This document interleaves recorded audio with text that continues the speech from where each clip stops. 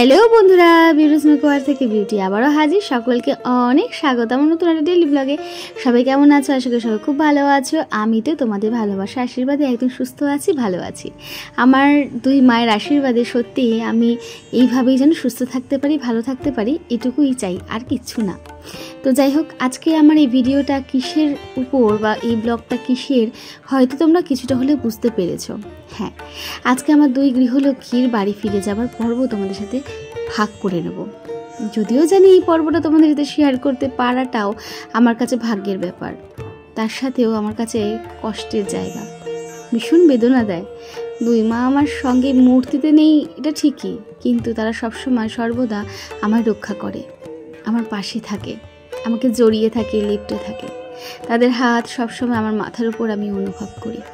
তো যাই হোক, কথা বলতে বলতে দেখো আমি কুলো দিয়ে প্রথমে আমার দুই মাকে আরতিটা সেরে নিলাম। আরতি করার পর একে একে বিসর্জনের জন্য আমি আমার শাশুড়ি মা বরণটা শুরু করব। তো তোমরা দেখতে থাকো।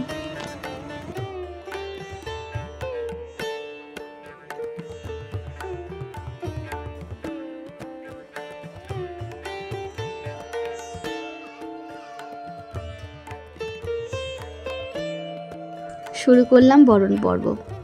সত্যি কথা বলতে এই মুহূর্তগুলো ভীষণ কষ্ট দেয়, ভীষণ কষ্ট। এই তো 3 দিন আগেই যেন মনে হচ্ছে ঢাক বাজিয়ে আমার দুই মাকে জোকার দিয়ে শাক বাজিয়ে ঘরে তুললাম, এর মধ্যেই তারা চলে যাচ্ছে। পুজো হয়ে গেল, চলে যাবে। আমার দুই গৃহলক্ষ্মী তাদের বাসস্থানে আমরা ফিরে যাচ্ছে।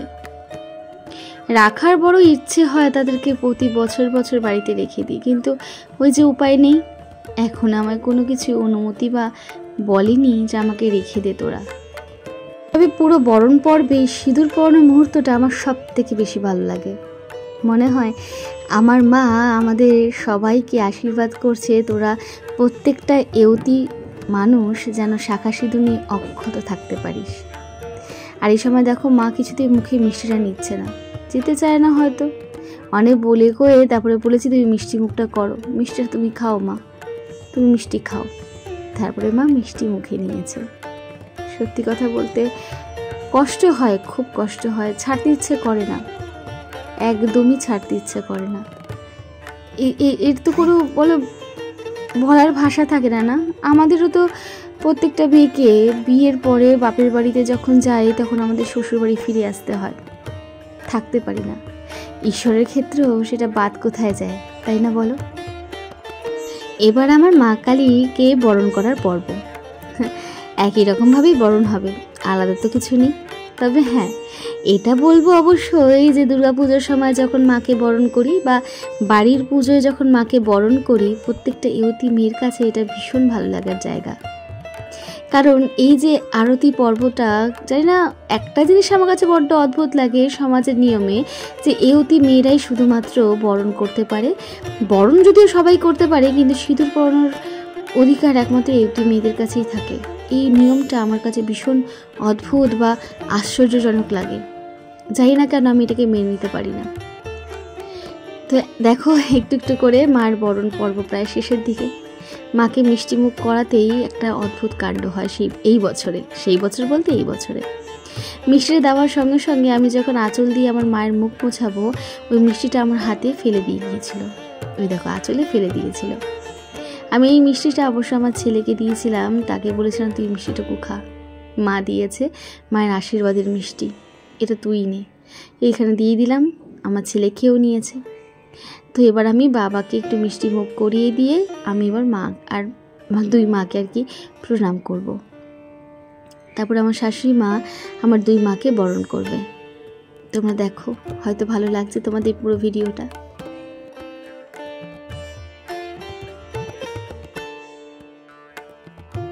আমার মাও কিন্তু আমার শাশুড়ি মাও কিন্তু একই রকমভাবে আগে কুলো দিয়ে আরতি করে তারপরে বরণ শুরু করেছিল দুই মায়ের।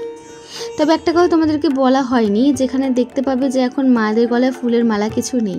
আসলে ফুলের মালাগুলো আমরা খুলে ফেলেছিলাম, কারণ একটু পরে আস্তে আস্তে গয়নাগুলো তো খুলতে হবে। ফুলের মালা থাকলে সেগুলো আমরা খুলতে পারতাম না, বা বলতে পারো অসুবিধা হচ্ছিল। তার জন্য তো সেই জন্য একে একে সব ফুলের মালা আমরা মায়ের গায়ের থেকে, মানে দুই মায়ের গায়ের থেকেই আগেই খুলে নিয়েছিলাম। তো তোমরা দেখতে থাকো, আশা করি তোমাদের পুরো ভিডিওটা ভালো লাগছে।